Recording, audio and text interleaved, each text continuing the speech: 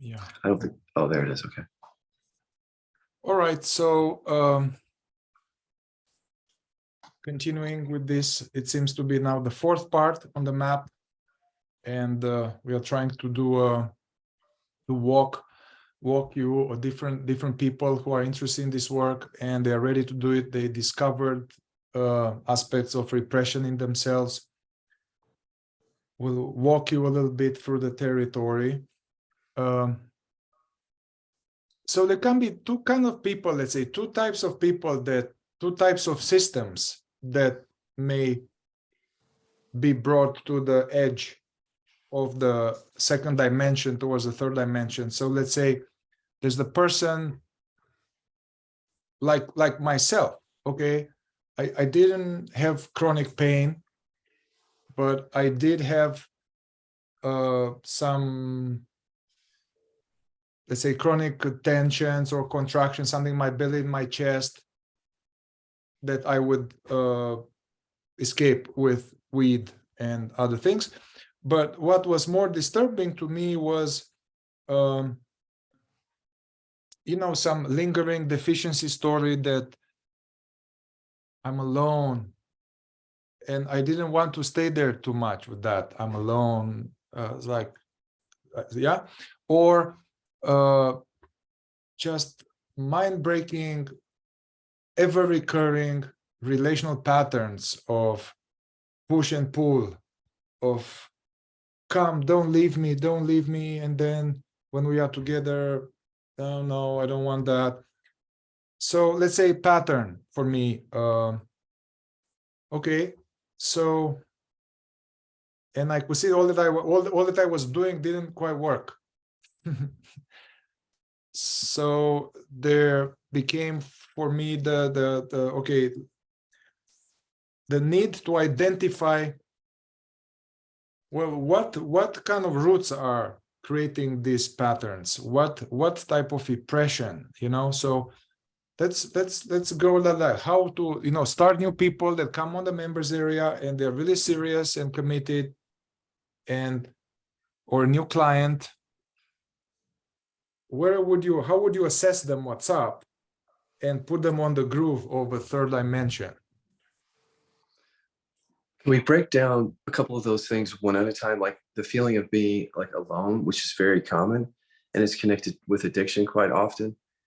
And it might not be intuitive why, but what we've learned through all those stories are connected to unprocessed, unfelt emotions. So the question is, right off the bat for me, is what isn't being felt around that, just that. And so if you're in first dimension, you mentioned like that people might come to first dimension KI, but I'm also thinking about people out there that are not in KI who have that, some of those issues that you had. So it's first dimension wherever it is. It doesn't matter. It's just, we're not prompting anything up. And I would just say, so when you're resting as awareness, yeah, the feeling of I'm alone might come in every now and then. But it might be hard to get under it because it's a really deeply rooted story. So you might feel it. We often feel it, but we don't necessarily see, for example, all the thoughts connected to it, just as an example. Well, when you're sitting in awareness, that's again, all that you might see. And it's hard to let go of that or see through that, or because the feelings that are connected with it are so buried. So if we were to take that person immediately, which we normally don't do, to third dimension work, what we might find is, so for example, if I felt like I'm alone, that feeling, it might show up in my addictions or my relationships, of course, like you said. But if we could get somebody to eventually go back to mom and dad, bring them up and discover what the emotion is with that, what's unfelt around that. So we might go into some inquiry that teases out the fear, or the fear of being alone, sort of that existential deep fear, or anything else like in the body, unprocessed hurt or anger, because we might have learned that again from the trauma, like I'm alone. So that old emotion is buried in the body. Finally, when we start to make that mind-body connection around the emotions behind I'm alone, there can be some transmuting of that. But that's, again, hard until you get down to the unprocessed emotions and the programming and third dimension. So I'll let you ask a question there, but that's what I would say about somebody in first dimension is that just on that, it's going to be difficult to get to the roots of it. Yeah, and I mean, I gave my example, this I'm alone, but of course we can, this is a limiting identity, which is ultimately, it's impossible to be alone, basically. So it's not true. But just as other people have, I don't matter, I'm unworthy of love, I'm broken, I'm unlovable, I'm not good enough. They're all the same to us. And you're right, in my case, let's say, when I start to go into the roots, out of this I'm alone feeling, although at some level I knew it's not true, but it felt true. So what I found is that memories of imprinted memories of deep events that were hurtful or painful, of some that I was conscious of, the death of somebody who raised me, some that I wasn't conscious of, meaning I didn't have, actually, I think the most painful things in my life, I have no conscious memory at all. However, that feeling is the memory. So I would need to unpack that. And basically in that memory, there was this sense of deep loss, deep grief, and deep fear, which I didn't feel. I didn't feel it. So if I were to go underneath I'm alone, I bring up grandma and mother and underneath, somehow I need to resolve that. It was good for me to get to the sadness, repression, sadness, loss, sadness. Also, this what we call abandonment is, these are words, but they refer to some energies like fear, strong sense of terror and resistance to feeling it. And so, yeah, it's a way to deconstruct this I'm alone by gradually, repeatedly exposure therapy to feel consciously sadness and fear for me. Right. Well, so I will say one more thing though, because I think you and I both know this, but we have so much for people to see when they finally get to third dimension. But for example, when you're in first dimension with the I'm alone, you might again know that there's part of you that doesn't want to let go of that, but that again just could be sort of intellectual, because we come into direct contact with the programming that doesn't want to let that go, doesn't want to let the anger go or the hurt and the identity, because we're getting something out of it, like it's keeping us safe, or we think we're getting love or something. So that's again not something that you would see in first dimension. It's almost like if you feel like you're the victim of these stories in a way. It's like, oh, it's here again, as if I don't want that. But see, in third dimension, we find directly that in many cases we need these identities, we need these emotions that we think to survive and stay safe. So again, starting off on the spiritual path, we can easily bamboozle ourselves thinking, I want to get rid of all this, I want to be free, when in our body it's a completely different agenda. And so you can't see it until you go down and see it. Yeah. So it's interesting, in the second dimension, we have this tool called utility inquiry. What do I get out of believing that I'm alone, or what's the seeming utility of this false concept, and which helps us to kind of unpack it a little bit more and see, oh, I have to believe this. I have to believe this, that I'm unlovable in order to get love, or anyway, some kind of mysterious, irrational child link. Yeah. And the third dimension, we have this, I guess, backdoor stacking inquiry, which is like, okay, I'm witnessing and allowing a certain painful program or pattern, and then we can look into use this. I don't need this. I can be free of this thing. I don't need this at all. And we Right. may be surprised that our subconscious will say, no, no, no, I don't want to let this go. Right. So this is more like a third dimension version of utility, I guess. Yeah. And so can I say something about that? Is like, we often don't ask the why question in like first dimension, because it does engage the mind, and it's kind of a wise thing that teachers don't do a lot of why questions. But Dan, in his innocence, when he was working with me, he was a client he was working at the Kilby Center. Dan's a co-developer of this work. He said, but the why is really important, because if I'm believing things for a reason and I don't know what those reasons are, I'm probably going to keep believing that. So like, I'm alone. It just seems like it pops up as an effect in awareness. If we discover, though, in third dimension that, there's utility with it, as you say. If we don't see that, then we're going to keep believing that again, because we're getting something out of it. And how would you know that in first dimension? I didn't know it. I did not know any of that. I did not know that I'm believing these identities. I have to believe them to survive. I have to at the somatic level. So that explains the bypassing, because not knowing that, here I am inquiring on everything but that. Like, I'm inquiring on the identity that just shows up without knowing that I have to believe it. So what I was saying recently, some of us are doing is, at a very core level, we have to believe these things. And then when they show up, we have to investigate it, because they create suffering.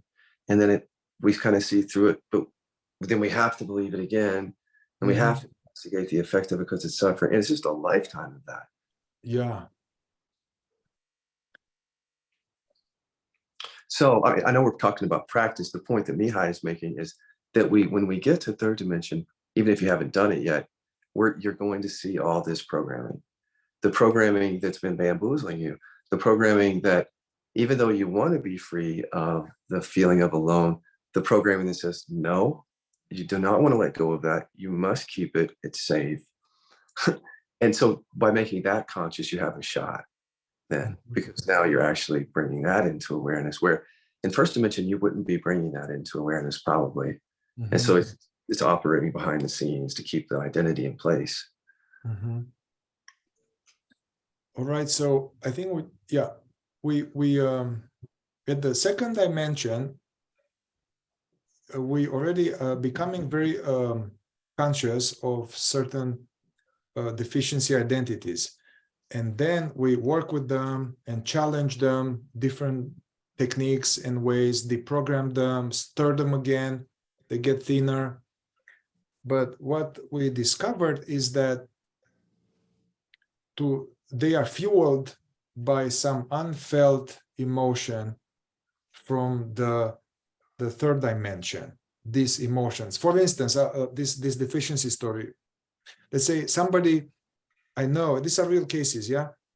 They, in spite of having a decade-long spiritual practice and being awesome people, they may, if they go deep into processing, they land on this, I'm bad, or there's something wrong with me, man, something wrong with me. And that somehow, although we processed a bunch of times, many times, doing Byron Katie, seeing that it's not true, seeing that's an illusion, it still feels like I'm bad, or I'm alone, or something wrong with me. So what we are doing then, what we discovered is that, okay, underneath that is there's mom and dad or something, and then I couldn't, and then I have a lot of resentment and anger and hatred towards hurt. Hurt, but I couldn't express it. They punished me, or we don't do this, family rules. So then it's in there all my life. And so what we discovered, that if we start to bring up mom and dad in inquiry, and then have the person start to get in touch. No, I'm actually very angry, or I'm very hurt with them. This starts to come up in inquiry. And then we are moving it even forward, like, okay, helping them to feel it first, because we have this mechanism that we don't want to feel it. Yeah, so that's a lot of work, and we can bookmark this first door for Yeah. yeah. But then once they feel it, here we have fear of feeling it, and so we need to allow that too. But at some point we go moving forward to, I want to express it to them. Of course, this is like in the psychic field. However, it feels very real. I want to express it to them. I want to show them how I feel hurt, how they hurt me, or tell them these things I never said. Here again, there's a lot of resistances too for some of us. Like, no, we can't, we don't say this, be quiet, this is going to be dangerous. So many reasons why we are not supposed to feel it, and many reasons why we cannot express it. So that's here is, we have a bunch of techniques and inquiries to move through that, which is pretty edgy stuff, unpleasant. And then the person finally, sooner or later, will have some kind of, after they undo the mechanism of repression, they have some cathartic moment of like, finally they say it to them in the psychic field. They say it, and they're angry, or they are hurt, or they cry, and they show it to me as the facilitator and to themselves, yeah? And somehow they do it a bunch of times, and mysteriously, they don't feel like they are bad anymore. Or that there's, I realized from one angle, there's nothing wrong with you, man. There's nothing wrong with you as an identity. So that's false. However, there is something wrong with you. And what's wrong with you is that you are not feeling this and you can't show it. That's it. Yeah. Because I was thinking that while you were saying it, I was like, because when you first said I'm bad and you said there's something wrong with me, I almost said there is something wrong with you, but I didn't, because you want to go that route. But if people could use, whenever you see identity, knowing what we know now from KI, if you can say this, it's not that there's something wrong with me, is I don't know myself yet. I don't fully know myself. If that could be a pointer then. So if I say there's something wrong with me, the deficiency story would be like maybe reinforced there, like I am bad. But if you just see the identity and just know, that's actually always, in my view, pointing us to something unprocessed under it. Like, I don't know myself yet. That's why I have to come out with a false identity. Bad, that's not what I am. I don't know myself yet. I don't know my emotions. I haven't felt them all yet. Let it be a pointer. Let identity be a pointer to unprocessed emotion driving it. Yeah. Like, somebody has, I'm not good enough. Yeah. Again, real cases. I'm not good enough. I'm weak, not man enough. Now we go down the subconscious lane. They were going to school. They were bullied. They were teased. They were afraid. They were bullied and they were afraid. And they didn't do anything. They didn't fight back, although they wanted to fight back. And so they create this thing. I'm weak. I'm weak. There's something wrong with me. I'm a pussy. This is what the child believed. Okay, so now we go in inquiry. I make the person in touch with the deep fear and feeling the fear and the deep hurt, but also the anger and the rage and the hatred of like, and somehow allow them to both feel it. We have to go through obstacles with that, as well as express it. So then, express it like to the bullies, to the people, express it to mom, to dad, to express it in a psychic field, and sometimes maybe in the real world too. Right. So that thing, that process, then takes care of this. I'm weak. Yes. Now I'm not weak, man. I am in touch with my anger, and I'm in touch with my voice, man. Right. And there's this empowerment, but not the hippie empowerment. Yeah. Yeah, I don't know. Also, what I want to add to that is I think a lot of people kind of get that intuitively, like, well, yeah, I've got to feel what I don't want to feel. So some people are already on board with that. I mean, some people aren't yet. So out there's some people who will be like, I'm not sure about this, but some people already know it. But those people who Yeah. already know it are probably encountering what you and I encountered, which is even though you know it, it doesn't mean you can just go back to childhood and now, okay, here it all is. Because what it does is it hides as soon as you go back there. Yeah. And there's programming that's hidden, as we've said, hidden, that's keeping it in place. So even people who have a good practice where they go back to mom and dad, like you did with your teacher, and the teacher said, just open to that grief.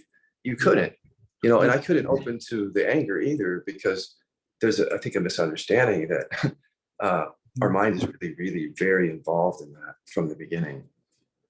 So I just want to say to those people who are going, yeah, but no, because I've done this, and every time I go back to mom and dad, the energy is just too big. Well, what I would say is we call that a repression barrier. It's not really like there's no barrier there, but that your system is protecting you from that. You have to understand. So you can't just go back and like go, okay, now I'm ready from awareness, because your system is already unconsciously protecting you from that. So this is why we brought inquiry to it, because again, we have to make conscious that part of the system that has no interest in that, really, opening to those emotions. But what we've done, as you know, is we've done it in a way that really makes the mind very conscious. Because the mind is so unconscious in those moments, we won't go into the technique, but by making the mind really conscious, that's what's moving that energy. And so even if you're standing there and saying, this is too big, by the time you're running it, you're moving through it. See, even though your mind is scared of it, the tool itself is how you move through it safely. So what we say to people is really, this shit is going to scare the shit out of you until you get there and do it. And then when you do it, it's still going to be big, but you're going to have tools to move through it. So almost everything that you say to yourself before you get there will probably scare you to try to not do it. But what we're telling you is if you'll get there and do it, it's not as scary as your mind says. For one, it's going to be uncomfortable for sure, but it's not nearly as scary as your mind says. And you've probably been trying to do it rather unskillfully, like I did. So how are we going to open to anger that's held in my body when the entire programming is unconscious? I don't know how I couldn't. That's explained why I didn't, because of the unconscious programming. So I just want to say that to people, because I can just see people say, oh my God, it makes sense. Like, I'm going to go back and feel my anger to dad. And then it's like, I can't, right there. Yeah. Also, okay, a bunch of thoughts here. Yeah, I was feeling a certain feeling, I mean, which I was stirring myself. I was stirring it myself, because if I just stay just stay like this in present, I feel just some heat in my chest. I don't feel active sadness. So I need to, but I know that there's active sadness and fear and all kind of stuff. So I need to poke it so that it thaws out into sadness, and then underneath it's something else. And I remember that it will get this vulnerable child thing that I try to avoid. It will come up, and I would do this inquiry, to make sure I don't resist it. That's the thing. When some big thing comes, we want to make sure we don't resist it. So I would say this inquiry, like, I'm not afraid to feel this. I want to feel this. And then my mind will be the repression barrier, the repression friend will be like, no, I don't want to feel this. But by the time this was saying that, I was already feeling it. Right. And I was feeling it, and like, no one to feel it. And so even by making conscious this thought, I don't want to, I hate this feeling. Then it was moving, processing, Yeah. Oh, can I say something about that? Is that when people hear us not doing the method yet, they might wonder, how could energy move by saying, I don't want to feel it? Yeah. And the only thing I'll say about that is, I don't know if this will ring true for people. Keep your thought, because I want you to continue. Is, oh God, I just lost my thought here, because I was thinking about what you were saying. You were saying that how can just repeating a thought is going to move? Thank you. Because what I realized with my anger repression is that everything that I had done up until the time of saying I have to hold back anger. Eventually, I put that into awareness, which was the truth of my experience. The truth of my relative experience is that I can't. So I spent my whole life not bringing that thought into awareness, instead just acting from it. So it was my operating system. So everything I did was incorrect. In other words, with anger repression, being quiet kept it in place because my mind was not quiet. The unconscious mind was very active. So I thought that being quiet or being in the awareness would open to it, because I tried everything else with my mind, I think, to, you know what I mean? Like when we're not even to the non-dual teachings, we might then tell ourselves, like we might try to go into places in our mind, but oftentimes we're trying to get rid of the anger still. Yeah. So like I might do affirmations like say, I don't have to be angry. I can let the anger go. That's actually opposite of what your body's doing. So your body's saying, I'm angry and I want to hold on to it. That's what your body's saying. But we come in with spiritual self-talk and other things that are going opposite of that. So they're trying to get rid of it or soothe it or make it not come up or make it less, or just rest as awareness when we don't feel it at all. Or, but the truth of the matter is that your body has its own programming that's basically saying, I'm angry and I can't. And so when you make that conscious, finally the mind and the body are agreeing. And you're finally doing something that's not opposite of that. And somehow that is what transmutes energy. For people who are wondering, how in the world would bringing that into awareness transmit energy? It's because your body's already believing it. You're simply making conscious what you're already believing. Yeah. Yeah, I mean, since we're on this topic and I have the other thought noted down, there is this tool, we call it body-mind mirroring. But the idea is that, you know, sometimes in non-duality or in different somatic modalities, they say, and I used to say this to people, okay, so that's the story. Okay, so that's the story. But what's happening now, man, in your body? What do you feel it? Oh, it's here. Yeah. Okay, so can you welcome it and just see it for what it is? Just energy. I was just downloading what some teachers said is just energy sensation. Okay, that's a story, but it's a sensation, and welcome the sensation. So that was really, I mean, decent, good, but it's like not very skillful, because of what I found out that, okay, yes, you need to drop the story in a way that telling me what happened. Okay, so that's good. Tell me what happened once or twice, and I hear you from compassion and love. But then stop telling me what happened. Go into the contraction and the body and the tension and the burning. But there is not the story, but there are some simple thoughts. So we are with the body-mind mirroring, we make conscious this, like, okay, there's burning, and the burning says, don't go, don't leave me, please don't leave me, please don't leave me.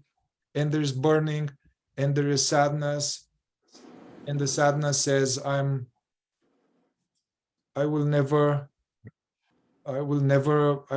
is over. It is the end. It is the end. Okay, and another burning that says love is over. I'm alone. So we are, as Scott said, like really real time, making conscious the mind aspect in the body and the body aspect in the mind, in a witnessing space, not just talking. Yeah, and this actually discharges the energy, you know. And so we are now coming back to non-duality. We are witnessing from awareness the me thought and the me feeling. Sad, it is over. Fear, I'll always be alone. Sensation, memory. So we are really, what they want us to do, to thoroughly investigate our somatic psychic structure. Yeah. You just said a lot of good, important things, but the one thing I want to come back to is you had an insight that I've had before in how the first dimension pointing sometimes does when you're with the teacher, is the way you said it. I hope people, but I'll try to say it a different way. this was my bypass right here, is that whether a teacher was guiding me or I was just within my own experience, is I would see, just like you said, those are thoughts, let those thoughts be story thoughts, identity, the effects of all the trauma and repression. And then it gets quiet. And so then we like, okay, now we're done with the mind, but we're not. Yeah. Right there, we're not. And so it's like a split happens right there. We could call it Cartesian split, but that's just what I call it. It's like we're looking at the mind and then we stop. And now we're not looking at the mind anymore. Now we're just feeling. And so that right there, you explained it, is right there. There is more mind there. It's just more unconscious. And that's how I bypass. I could see it when I go back. Yeah. I wasn't aware of this programming. So I would question mind, quiet, mind was still there. And now this energy won't move because the mind is still there. Yeah. So it's, the mistake was like, okay, deal with the mind and then go into the body. But it seems that because they are one, so we have to go into the mind and the body, the mind and the body, the mind and the body continuously. So even in the second dimension, these mining tools we have, the mining tools, like, okay, well, this is in the chest or here. It says, just be careful, be careful. Don't say that. Yeah, don't say that or something. And then what else does it say? Well, it says just don't trust them. And then we witness this one at a time, and mysteriously that contraction goes away. I was like, whoa, this is strange. But just by witnessing the thought, that thing went away. These are for lighter stuff, yeah. But then something else goes and is like, yeah, but I can't let them see me, and now there's something else, So, but these are not stories. We usually say story like a big narrative, yeah. Staying at the level of a big narrative, we are past that now. These are little thought forms that are very important. They are charged with meaning and feeling. So you are very helpful when we're working together first time. I will tell you something like something, and you'll be like, hey, don't just tell me these things, man. Just witness this, okay? I was like, okay. So to really make conscious this thought that love died. I mean, you can't let this go by and just it's another thought. This is a very painful thought coming from a 6-year-old trauma. Yeah, definitely. So go ahead. You go. Yeah. No, I didn't have anything. Go ahead. I think you were going somewhere there. Yeah, I had this thought before to say that when we talk about repression work, we are not, people may think that, well, yeah, man, I'm going to the garage and I'm just punching the bag and the motherfuckers, or I'm putting some sad music now and I'm thinking of all the things and I'm crying. So we are not talking about having a one-time catharsis. One can have that. I've done that. I had 10 times catharsis and I left the workshop and the mechanism of repression and holding back was still in place. So we are trying to disassemble the mechanism that holds back emotion and holds back expression, which is not cathartic. That's like really chipping at something. So we can go into this and maybe even bring up this repression commands. So the repression barrier is made up of a certain, there's some intelligence. Why to do this? The utility. And it tells us, the friend in the head tells us, hide, I have to hide, don't show, don't be a problem. So that is what is more difficult it's very difficult to see it, and it's pretty difficult to loosen it up. it's much easier to have a cathartic experience, actually. Yeah, much easier. I want to repeat that just so people hear it, what you just said, because I hear that all the time. When people hear me talking about repression work, they'll say, oh yeah, anger. I remember I was at a retreat and I just got really angry, man. I dealt with it. I was like, no, no, that's not what I'm talking about. If something released, that's a release.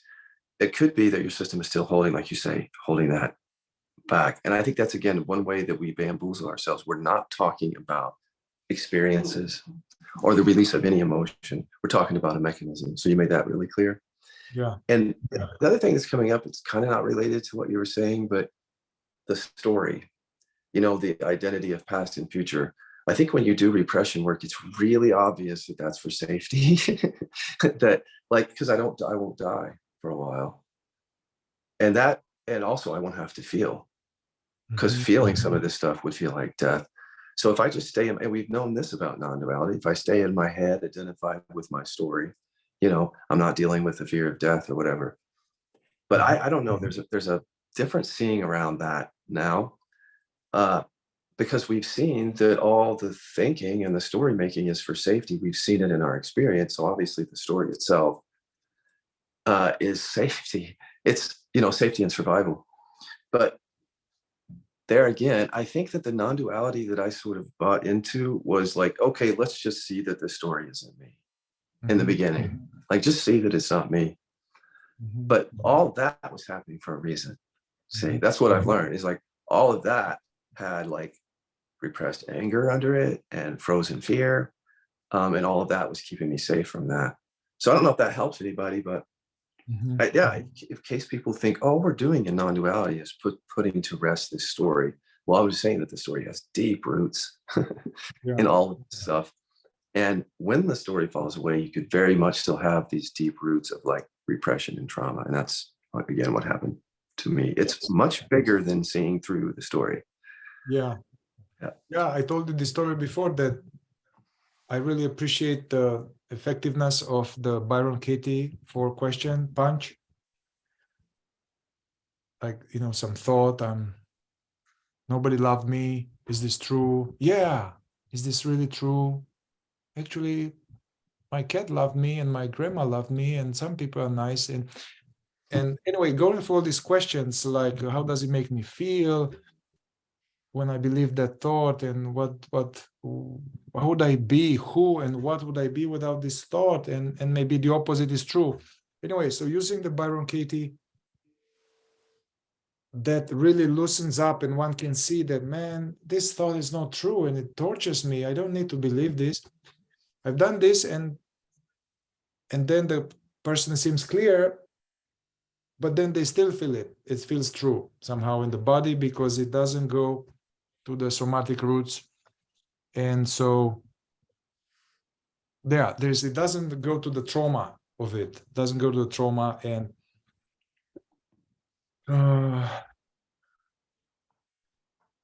so, Scott,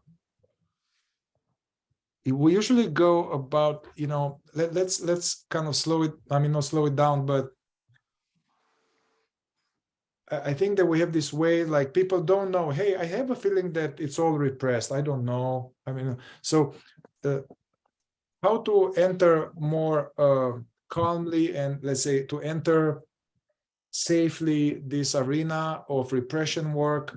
From what I remember from you is that we identify first what, by bringing the family of origin and witnessing from the eyes of the child, we have some inquiries, some probing questions that will reveal to us, like the litmus test, which is online. Both Serena has it and you have it, and I have a bunch of stuff. Yeah, so that's a way to kind of get a handle on it, you know, get a handle on the third dimension. Like, can you speak a little bit about that? Yeah. The early stages of discovering. Well, so the reason I do the litmus test is because I've learned that my conscious mind, or our conscious mind, is kind of like a gatekeeper. It's just the word I use. So if you're going to try to enter this subject through the mind, it's going to be challenging because you might understand the concepts, but the emotions will still be repressed for you.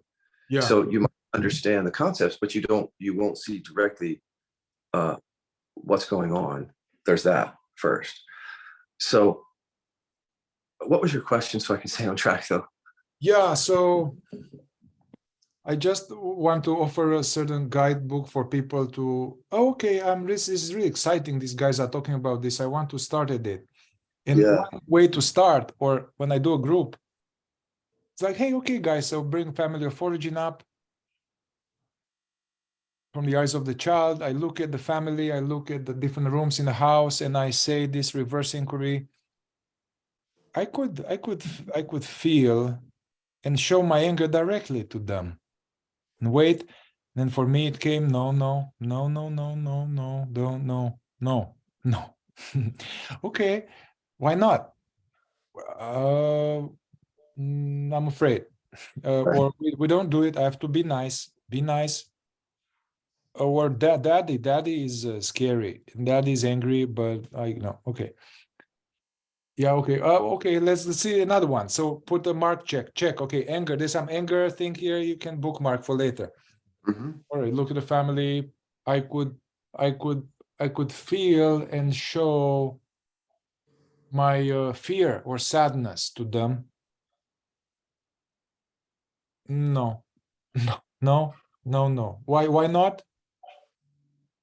We don't do that. We don't. We have to be strong. I have to be strong.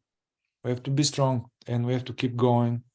Okay, I'm saying this what came for me, but this coming many people. So basically, this is like a soft entry, like nice to can see for yourself.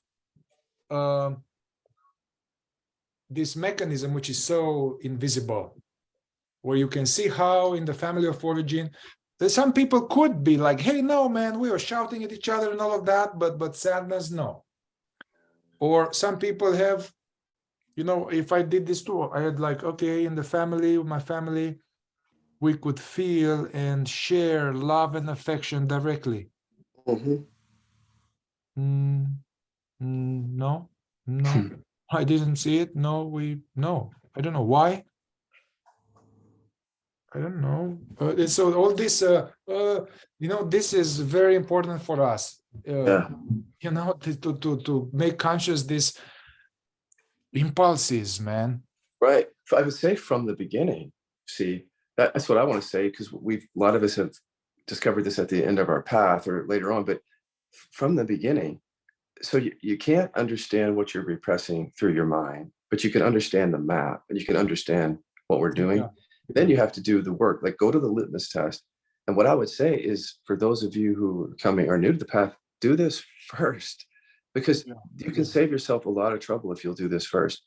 So if you do the litmus test and you find that you've got anger, let's say anger, just as my experience, you find that anger is pretty repressed. Now you can go back from the beginning and see where a lot of this stuff is coming from the beginning. Even if you're not doing deep third dimension work, you've taken the test. So, see there, you trusted your body, not your mind, because your mind, before you take the test, might lie to you around it, like it did me. Once you take the test, now you have to bring that view, has to kind of come in now, because you can't lie to yourself. You have to sort of recognize, okay, I repress anger. Now, what are the effects of that? Well, shadows, chronic pain, triggers, addiction. So as you're in first dimension, you want to look for those things. You wouldn't have known in first dimension without doing the test that it's coming from anger repression. So you can change your practice accordingly, right? So from the beginning, if I know that anger repression, I'm just going to look for the effects of that. So when I experience addiction, even if I'm a meditator, I know now that's probably connected to the anger repression. But what in my meditation practice is actually getting to the repression? Take a note. It's not. See, that's why we go deeper. And then, like chronic pain, take a note that the chronic pain is there. You already know from the science and from the test that you repress anger, and that anger repression is behind chronic pain. Now, when you go back to your practice, first or second dimension, you can see the effects of the repression, but you know then that you're not experiencing the repression itself. That's still buried. After a while, even when you get to, like you said, I'm bad comes up. On the path, we see the identity. But once you've learned KI and you know that you repress anger, you can see that when the identity comes up, that emotion is repressed, and that identity is connected to the repression. That's your falseness that you have to put forward because you can't put your realness forward. So it's if you don't know that that's coming from there, it's kind of like operating blindly. Like, why does this keep coming up? But if you take the test from the beginning, you know that it's coming up because that's a trauma response. You have to identify with that. It's safer than feeling the emotion. But again, if you wouldn't have taken the litmus test, how would you navigate through all of this? What would you know about any of this, like the real roots of it? So you don't have to go to third dimension first, and maybe some people can't, but they can at least take the test, and then that informs their whole path that point forward. And then at some point, they're probably going to want it to get into third dimension KI or something like it out there, if there is, that really does make this conditioning conscious at the end, at some point. Yeah. Yeah, I like to, when people come to me to say, hey, all of these core negative programs or sense of separation, let it not be vague. Get a little notebook, AI notebook, and write down, the DS, deficiency story. This one, I'm unlovable. I have to be careful. I can't. It's not safe to be me. Write them down. Then, okay, write down adaptive patterns. I have to hide, be careful, be nice, and the same. So make some notes so you don't have to all the time be surprised and kind of. So to be very scientific about investigating our subconscious. And so also by doing the litmus test, which I'm going to put here in the below, there will be a link to say, okay, sadness, check. Love, that's interesting. One can have love repressed, joy, enthusiasm. In some families, we learned early on that whenever we were happy and playful, and it was like, no, just children are not heard. So see which ones you have, and write it down. And also, what I discovered is that with me and others is that there's this channel of the repression. There's the channel of, can I feel it? Could I feel it? And the channel of, could I show it? And I could see in some emotions, yeah, I could feel it, but the showing of it, there was not an option. In some other ones, both. So you want, basically, we want to unblock this channel during the repression work to unclog the thing that, yes, I train myself to feel each one of them and not resist them, to feel it. And then there's the channel of, because I remember working with you and like I would get to, I'm so fucking angry, how can you do this? And I was just in a psychic cathartic emoting from childhood. And then you had me say, well, I can show this to dad. No, I can't. Or to mom, for various reasons. So there was this channel of showing it, the expression, And so we use a bunch of stuff. The end result is that in inquiry, they will be like, yeah, I can feel this, man. Yeah, I want to feel it. I'm feeling it. And of course, I see the thoughts in it. And I could show this to them.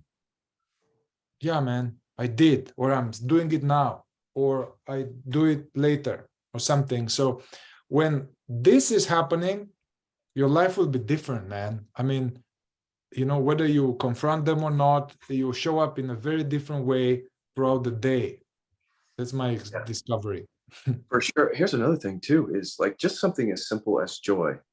The map helps us with, because, everybody's talking about joy as a natural attribute of presence. And when I first had the awakening, there was joy, there was lightness, but the repression and the trauma had then come to the surface and stuffed that down. I didn't have anybody to explain to me what was going on. So I just accepted it. It's like, I'm not going to have joy. Something's, I don't know. But if I would have taken the litmus test from the beginning, I would have known that joy is repressed. And then through the process of inquiry, I would have discovered the traumas in which where that happened, so that I could actually uncover that joy. But because I didn't know where it was coming from, the lack of joy, I just went through these dimensions blindly, you know, not knowing where the joy was. And so again, it's like arming yourself with information that's really, really important from the beginning. And that if you don't have that information, that's where the bypassing happens, right there, is in my view. And there's something else you said about the express channel. Like there's the channel of feeling something, and then there's a channel of expressing. And Yeah. I'm so glad you said that, because both are really important. Yeah. Because it's like, so people say, well, Scott, you know, you get on YouTube and you're dancing or you're putting on makeup. Why don't you just do that in your home? Because, you know, you're doing it on public. Can you do it at home? I'm like, that's not challenging. Yeah, I can do it at home, but expressing to other people, there's conditioning around that. And so I've seen people, for example, start to come out of anger repression, and like they'll come to me and they'll say, all right, I'm angry and I'm glad because it feels good. So I'm just going to sit with it. But then again, what I say is, you also have to watch for the identification with that. Like there's still identification when that comes through, because you want things to be empty. That's the playfulness of life. If we're identified with anger as we come out of repression, there's going to be suffering in that. It might feel okay for a while, but what's happening is we're probably still resisting it. So I want to say this to people who are, if you get to this place where you start to feel anger or sadness, definitely sit with it. You've spent a whole lifetime avoiding it. That's a celebration. But also notice that you might still be resisting it. So there still might be. So one of the things I do for people is, look, okay, so now you're angry and you're telling me that you're just going to sit there and allow it. But are you actually allowing it? Do this inquiry. It's okay to be angry. And then they'll see that, again, there's still something against it. And so that's the emptiness of things, because otherwise we're just going to land as, now I'm an angry person. Now I'm a person, not seeing the emptiness of that. We don't have to stuff it back down, though. That's the thing. We can see the emptiness of it now that it's up. We can see that we're resisting it now that it's here. Yeah.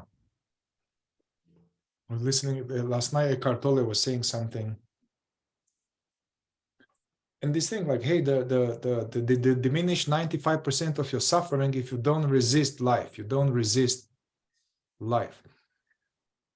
But also not to resist my sadness, my grief, my fear, to not resist that, to allow that. But it's it requires such strong nervous system capacity and such strong knowledge and tools and understanding to not resist my emotions, you know.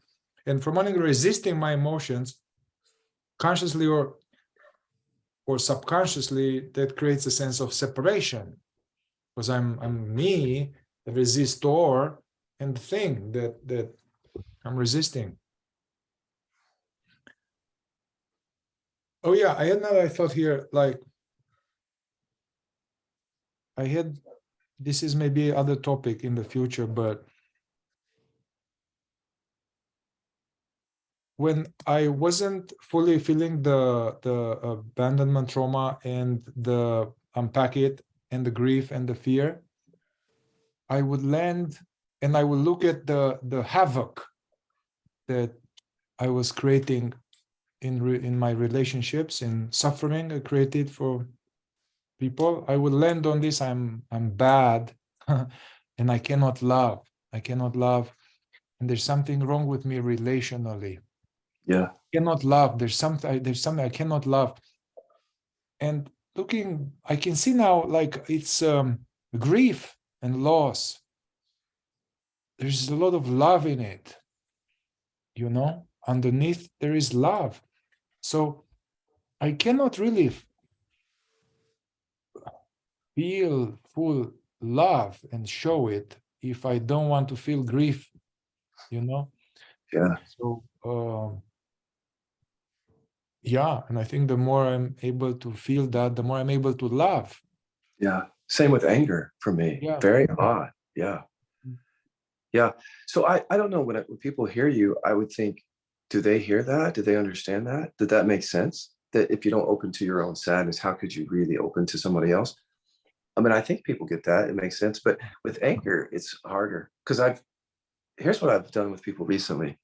If you don't think that your anger repression is playing into vulnerability, a lack of being vulnerable, do this inquiry. Anybody listening, is just bring up the people in your life, close relationships, family of origin, and just say, I can be vulnerable with them, meaning I can feel and express my emotions.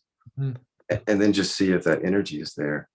So some of you who aren't like Mihai, who or like me, where you've repressed anger, you might think that you're being vulnerable in relationship. To some degree, you are. You're able to open to the sadness, for example, if it's safe or something else. But the anger is really scary. So after I did anger repression work, when I went back to the vulnerability inquiry, eventually it was like, yeah, I can be vulnerable. And that's wild that I actually had to go to rage in order to find vulnerability. But I understand now, every time I was going to woundedness or sadness, that was actually fake to a certain degree, because I was too scared to go to the anger. So I really wasn't being authentic and vulnerable, even with those emotions. I wasn't giving my partners all of me. Mm-hmm. I was giving them the safer parts of me. So how could I expect there to be real vulnerability? Mm-hmm. If I'm not doing that, well, how would I expect that? But the point that I'm making is, for those of you who think that anger repression doesn't have anything to do with vulnerability, I would say that's your mind bamboozling you. And if you go into experience, you'll find that the anger that you're holding on to, first of all, is not there by itself. It's there. There's other emotions layered into it that are hard to even get to. That's the vulnerability inquiry. Like when anger's up, we find there's fear, we find there's sadness and other emotions. So we're tucking some of our other emotions into the anger repression. I just want to speak to those folks because they might not hear that that actually has to do with vulnerability. But basically, as you do the repression work, what I've found is it's much easier to be vulnerable with, especially the people close to me, like, very close, where I can just say, like, to my husband, who's still my husband, really exactly what I'm feeling, exactly what I'm feeling. And there's something about that that allows him to share exactly what he's feeling. But again, in the beginning of the relationship, I was holding anger back. And as I look back, I was also holding myself back in other ways. So everybody out there who thinks that opening to anger won't bring you vulnerability, is not correct, actually. It's not true for you. But for you, it would be opening to sadness. I know you had anger repression too. That I think maybe some people might be able to understand more, even though it's hard for you, because it's like, well, if I can't get in touch with my vulnerable emotions, how can I get in touch with the vulnerable emotions of others? But anger is the same way. It's just a fierce emotion, so it doesn't maybe make sense. But basically, if I'm scared of my own feelings, I just can't be, no matter what the feeling is, I can't really be vulnerable with other people, no matter what the feeling is. Yeah, I mean, somehow also you have this concept of that we may have a primary emotion that is repressed, and with some people it's blatantly obvious, and with some other people it seems like it's a combination of various that are repressed. In my case of doing this work, I would be like, oh wow, the anger for sure is repressed. Yeah. So focused on that, illuminating that channel for some time. And then it was like, okay, and I could see the benefits. Basically, I could see that it improved my intimate relationship, and it like to be able to be like, hey, I don't like that. Hey, no, stop it. Like there was like actually improved my relationship. And actually it's like, it is good for guys to know. I mean, because there's this culture of like being now really nice and soft, and this is really not very attractive to women. So to be able to embody healthy anger, this is important, and my partner will be like, initially I had my repression barrier would say, don't express that, don't be an asshole, don't scare her, don't be, I don't want to be mean, you know. But at some point I would start to, instead of shut down when she was angry, I will get a little angry, but without being insulting or any way. And I was surprised she would say, wow, I like that. Yeah, I like that. That was nice. I was like, oh, really? Oh, okay.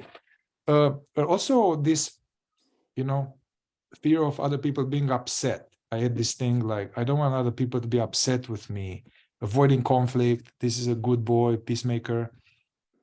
So people bother me or something, I will be like, I couldn't say it. I couldn't say it. And then I would churn in this like, and I felt, you know, so I started to be able to put boundaries more and say what bothered me. And that's, and if I don't, then all this gets static in my system. Then I have Yep. busy mind. But then it's like, hey, no, I'm not going to do that. No, that's it. It's like, okay, it's clear. I move on to the next moment.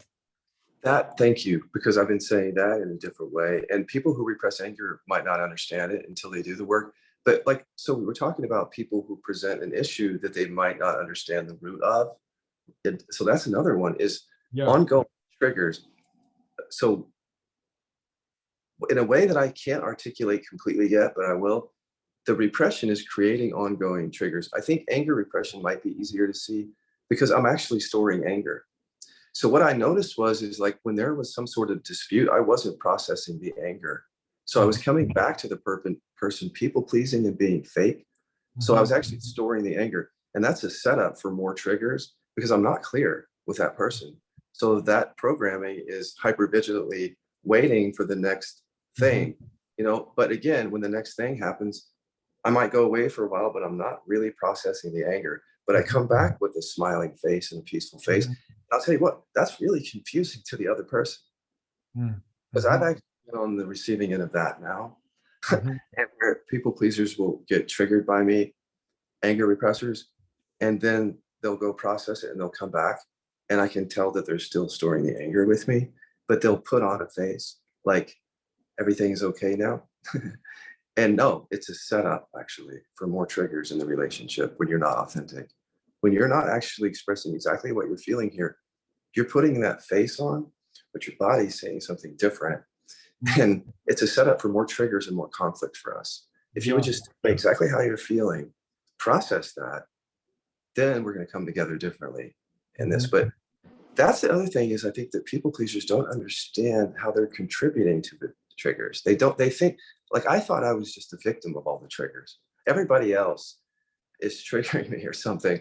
I didn't understand that my repression of anger was I was literally carrying resentment around, stored anger. Yeah. So to continue with this, because some people may find themselves in the third dimension, it's like maybe dynamic and fluid. So there's some work with the anger repression, and that which the end result is that it's not I'm becoming an asshole, but I'm becoming more real, and I have a voice right away. This diminishes the lack of clarity in relationships. This is very good. Then I do some work with Scott. I'm crying a lot, process some of this sadness, and I cry, and I'm like, okay, that's good. That's good. Okay, I think I got that under my belt. And then I move on, and I discover fear now. I discovered that actually very often the primary repression is the one that we don't even work on that at all. So at some point I had a few months of, and as I was identifying the area where I had unpleasantness in my stomach, that I wanted to smoke weed or drink all kind of stuff I started to access that. I could see there was fear. And then I looked at my life. Actually, a lot of my life as a kid, I was afraid all the time. I was afraid. But I trained myself, and my parents trained me to be strong and to function well, and definitely not to show it. without even, that's what, you know, what's interesting is that my dad never told me, be strong, don't show.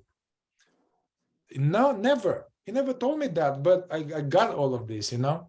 Yeah. So I became aware of this ongoing fear and fear. So I started to make it conscious. You know, I'm afraid. And then I started to, there's a whole other discussion. There was this unfelt fear and repressed fear that was driving compulsions and stuff. So as I met that and meet the fear and allowed the fear and showed the fear, it diminished the compulsion. So I had the phase with the fear. And then this thing came up now with loss, and I realized, no, man, there's still sadness. And then there's also what Scott discovered as the frozen fear, which is like afraid of feeling this, afraid of feeling that, afraid Or expressing it, yeah. expressing it.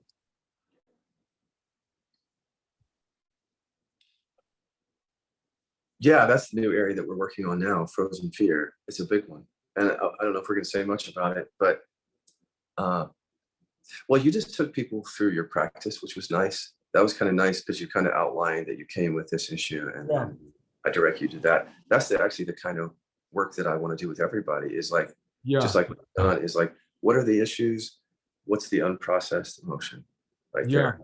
You really laid it out well. And that's exactly my path too. I mean, I could lay it out for you right here. Most of the addictions, the shadows, the chronic pain were coming from anger repression and femininity repression.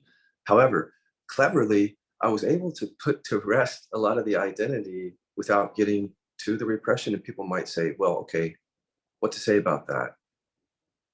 Because you actually, I didn't put it all to rest, though. That's the point, because the good identity was still there. It's very quiet. Mm-hmm. But if anybody is asking, well, do I really have to go into repression to settle this question of who am I? Ultimately, yeah, I think you do.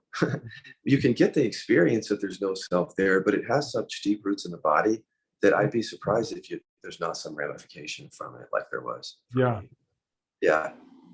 But again, I think there's a lot of people getting away with it in a way, is not going into the trauma, or getting away with it until they suffer in some disease or chronic pain.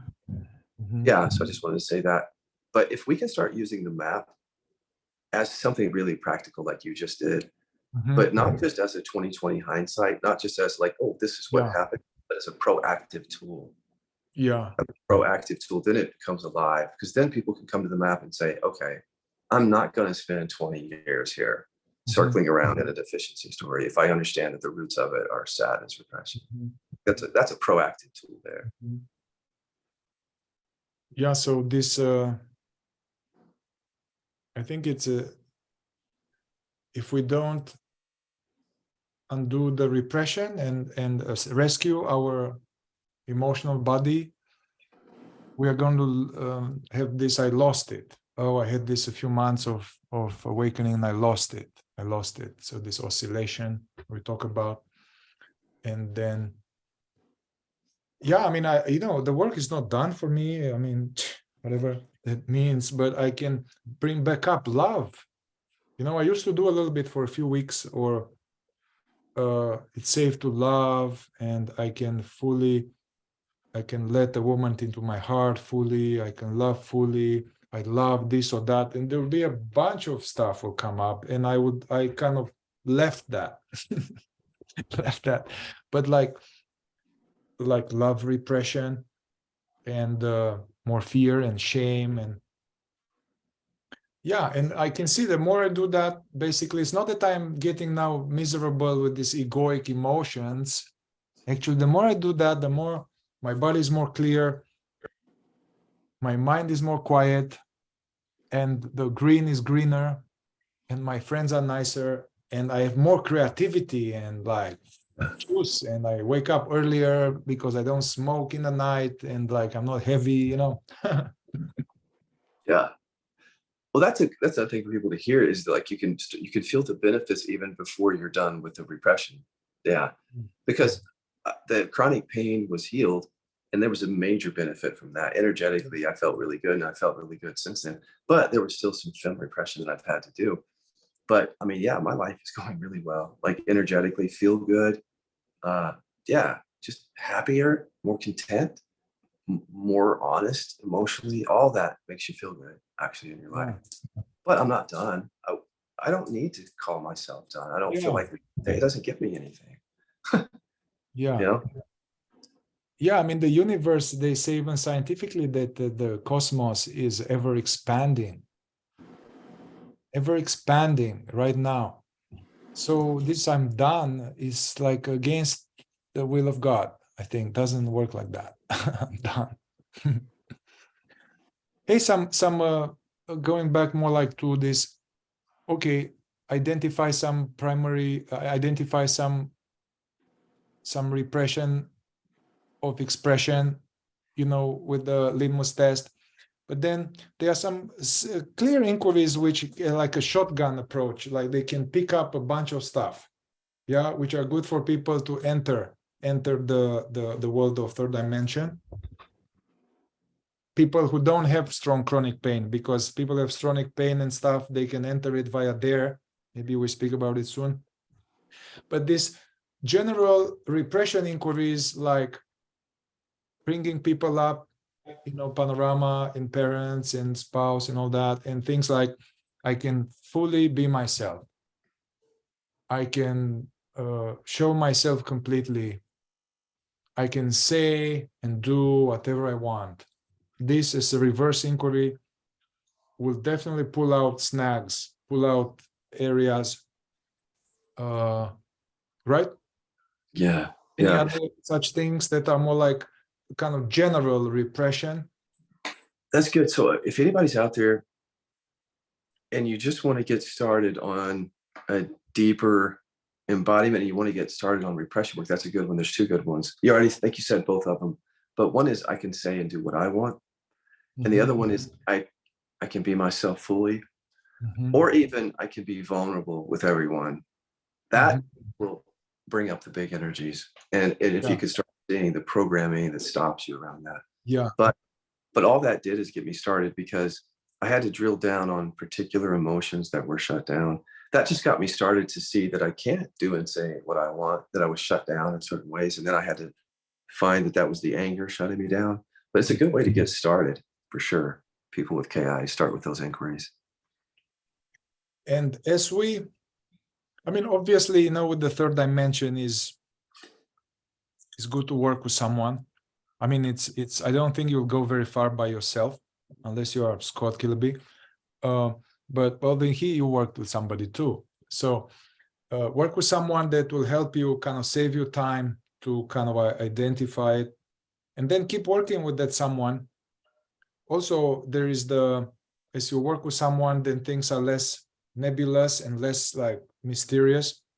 Then there's the members area where actually Scott is doing experiential group guided work of repression.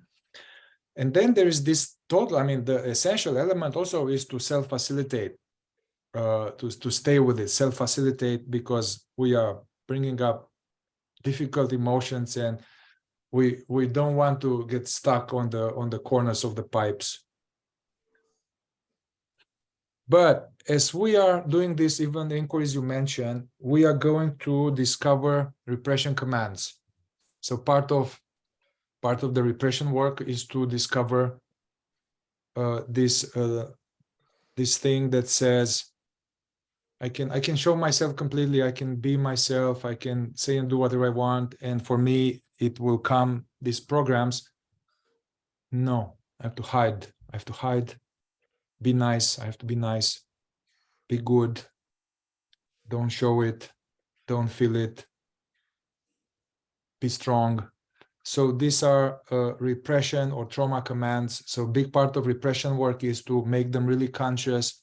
And then we have some tools that we are not, it's useless to go now into explaining them because it gets too technical, but there are ways to really play them out, almost like in the in the second dimension of ki, with witness thing one at a time slowly, and this helps a lot. In the third dimension, we are witnessing them almost by revving them up and allowing ourselves to identify with them a little bit. Like, I have to hide. Yes, hide, man, hide. Or be good in such a way that this processes the energy, as well as we are really like, sooner or later, consciousness is like, whoa, what is this, man? What am I doing in my life? What you know, it helps to really be awake to it in a visceral way. Yeah, when we're really, really identified with it, there's not any awareness there. So I was thinking about, like, when I was repressing anger, the conditioning that said hold it back, I had no awareness of it, first of all. So yeah, you're right. When we bring it into awareness, we're kind of identifying with it, but there's still awareness there. Yeah. So it's kind of a tricky thing. But just in case people are wondering about that, like, we actually don't actually identify with it because it's still in awareness, but we're owning it completely. We're not hiding from it. We're going right into it and not trying to get away from it. Yeah. Yeah. And another thing I want to say, this is kind of off topic, but I want people to hear this. One thing that scares us, well, it just scares us to go to these areas. But for those of us who are skillful in third dimension, we see two things show up when we're skillful, when we run a cycle like that, where we're identifying without identifying with something, is that at the end of that cycle, we often feel more regulated. It feels calmer, not like Xanax or something, but you can feel a difference. And then the other thing that happens is you can actually notice the energy changed or dissolved. So this is actually really safe, because what I tell people is, if you don't see those two things in third dimension, stop in the members area and get with somebody, because it's probably a skill issue. I think that's going to help people if they hear it, because this is scary stuff. And if you hear that with skill, it's going to feel safe and it's going to be effective. It's going to be safe and effective. And if it's not, you should stop. I don't know. I just want to throw that in there, because we're talking about some scary stuff. And, when you said bringing back up and identifying with it, I could see people going, holy shit, like, that's scary, but we're not really identifying with it. Yes. Yeah. And it's effective. Yeah. Sorry, go ahead. And it's safe and effective. It really is. I mean, yeah, you could get yourself dysregulated or flooded if you don't have skill, or if you move too quickly into something. But with skill, it does feel not safe, but it's not what it sounds. You know what I mean? Yeah. When I said, also, maybe if you can raise the map, or I don't know, take it, or when I said identify, like, in the witnessing position, that I witness the thought, okay, the thought that says, I will always be alone. Okay, there's this thought here, and I'm witnessing, and okay, I'm somehow in control in some way. So what I meant in the third dimension, we are relinquishing this sense of control, and I'm allowing myself to consciously wallow in it. Like, I'm alone.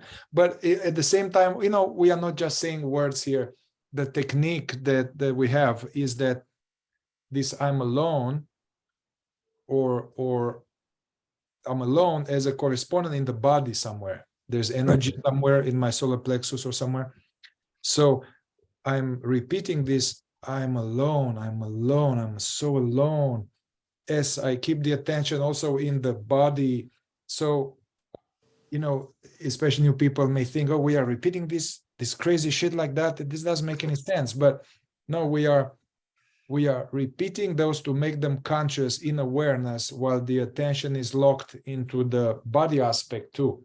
So we have the mind, body, emotion, consciousness in the same place. Super witnessing. That's what we. But be less in control, and actually this will be like you're going to bring more emotion, which which was there stored. So we are discharging more pain body. Yeah, I mean, I find it a little suspicious when people say, "Oh, you mean we're going to go back in there?" And because what I know is, like, you're already angry. That's the thing. That's a bamboozle to say, because you know the things where they say it's like our heart is its own brain or our stomach is its own brain. We're not giving voice to those brains, see, but they're voicing themselves. There's a mind-body connection. You're already angry. So when people say things like, well, I don't know about going in there and saying that, you're already saying it. It's already there. I'm trying to tell you guys that you're not creating it with KI. You're already identified with it. It's already creating suffering. There's already thoughts there. You're making it conscious. Yeah, we are thoroughly going to the bottom of the iceberg. That, yeah, and somehow this ability to do that really cleanses our, I don't know, it's like purifies our body mind from all of these things, and we diminish the pain body, and we unlock our creativity. And let's see, I had another thought here.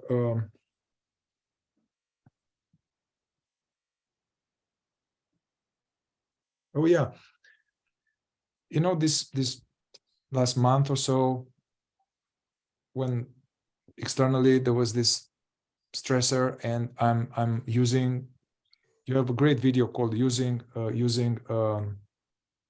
current stressors to undo trauma and repression from childhood. So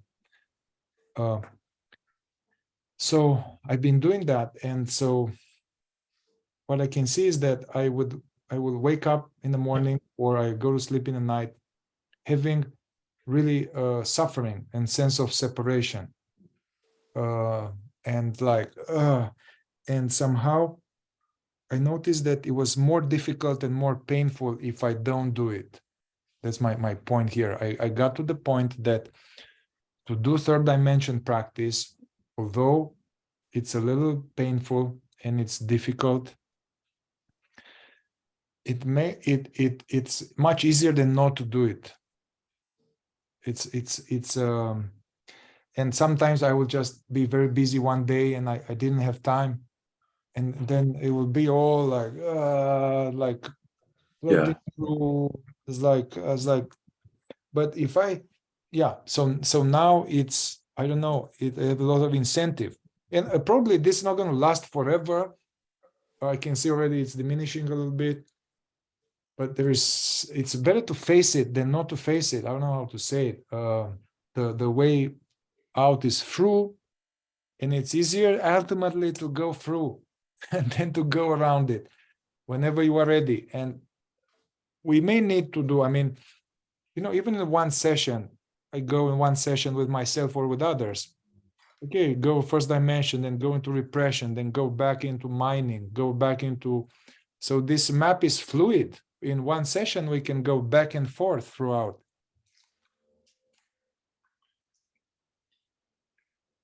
Yeah, and that's what something you brought up about practice I want to say too is during the chronic pain, I really resonated with that, because what I was doing with the chronic pain, it started out where the repression was totally unconscious. The pain was there, but as I started to do the work, the pain diminished, but the repression was becoming more conscious, and it fights back for survival, because that's what it is. It's like, this isn't safe. So basically, as it was being made more conscious, I became more conscious of how I was repressing anger in relationship. So it's like you can't really bury your head in the sand as easily. So for example, when you're repressing anger, you can notice, oh my God, that hurts actually, the pain. And so, yeah, you can avoid doing inquiry, but it's like you're hurting yourself. At that point, becoming conscious, this element of separation is just screaming for attention. And if you give it attention, you can open to that and release the anger. But if you don't, it's just it can gnaw at you because you're aware of it now. And the pain can even, it's not getting worse. It's more like conscious, and it's fighting back the repression. So I do tell people that when you get to the third dimension work, somewhat of a regular practice would be helpful to, like, for the healing of the pain. I had to have a regular practice because once you start healing the pain, you realize, holy shit, there's a lot of repression going on in my relationships. And every time that would happen, it was registered in the pain. So the pain became the way into the freedom. The pain did. So I'm guessing that you're experiencing the same thing, as that something is being made more conscious. You were earlier you were able to tuck it down. It was creating a lot of suffering, but you could just tuck it down. But now, it's harder to tuck it down. There it is. And you're going back to it. In my seeking of love outside of myself was to avoid sadness and loss and fear, and the seeking of enlightenment was to be imperturbed so I don't feel this. Mm-hmm.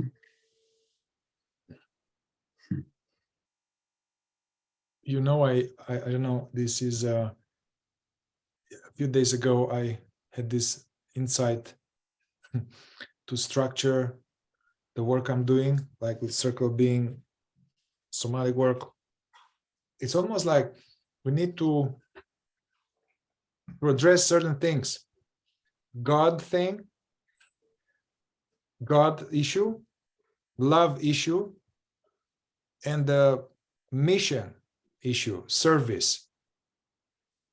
Meaning like, okay, and at least for me, it works like, okay, to resolve the God thing. I mean, it's a big thing, but the God thing, like, what is God? Who am I? What is the ultimate identity? And then there is the love, to be able to love and be loved, basically, too. So find out first, who am I and what is this? Second is to be able to love and allow love in. I mean, to do that, to love and love in, I need to process so much stuff. And then as this is happening, it's like, okay, that's great. So what am I here to do? What am I here to do as Mihai? So then there is a sense of mission, mission or purpose.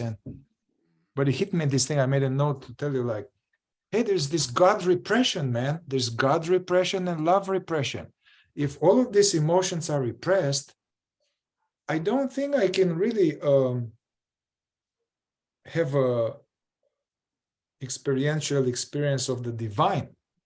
Right. And the same with love. If these are things, how can I love, And then if I'm struggling with all this shit, then I'm lost in life. I don't know what to do. And it's a waste of life. Yeah. I mean, to me, that's obvious. I would think that everybody hearing that would be obvious, but I don't know. I think it might be obvious to some of us intellectually, but I think you're feeling that. That's a direct experience. And if you can hear that that's coming from direct experience, yeah, that's a deep transformation. That's not just words. So my point being is, if that's not happening for you all out there, you might want to investigate this because that's possible. Yeah. Embodiment, though. It's embodiment. It's not just your awareness. Yeah.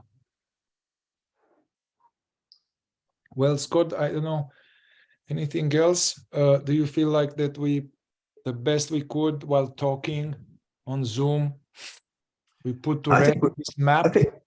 I think it's good. I mean, maybe in the future, what I'd like to do in the future in videos or interviews is drill down on practical, like we were doing. That was really interesting. It's like if somebody comes in as spiritual, awakening or healing, how could the map or KI help them? And actually, I don't think we can, bring it up now, but that's where I want the map to go. I don't want it to be just some interesting find, like, oh, isn't this interesting? I want it. I think it'd be really helpful. So that would be where I want to go in the future with it, back to experience even more. Yeah. Okay, so just for the listeners here, so this is, I think, it's a four parts. I think would be episode 24, 25, 26, and 27 that are on breaking down the map of 3 dimensions. Yeah. And we'll also put them in one separate playlist, although they are in this big playlist with me and Scott talking about these things for the last 3 years or so. This will be a standalone about the map. And also I want to let people know that we've done some other ones where we call it walking the labyrinth, walking the KI labyrinth. We've done 2 videos designed to help new people coming to the work to not be lost and to be like, okay, what do I study first? So these two, we have it. If you look into this playlist, psychotherapy and non-duality, that you have it here. Let's see, let me just, yeah, there are some called the Walking the KI Labyrinth Part 1, Walking the KI Labyrinth Part 2, which is for people to enter the work, to know what tools to study first, what to do next in preparation for going into the second and third dimension. Yeah, so these are to guide the journey. So because there's so much on my website and YouTube, there's a lot of content, and on Scott it's even much more content, so may it help. Thank you, Mihai, once again. Right. Thank you, Scott. Thank you. Keep doing what you're doing.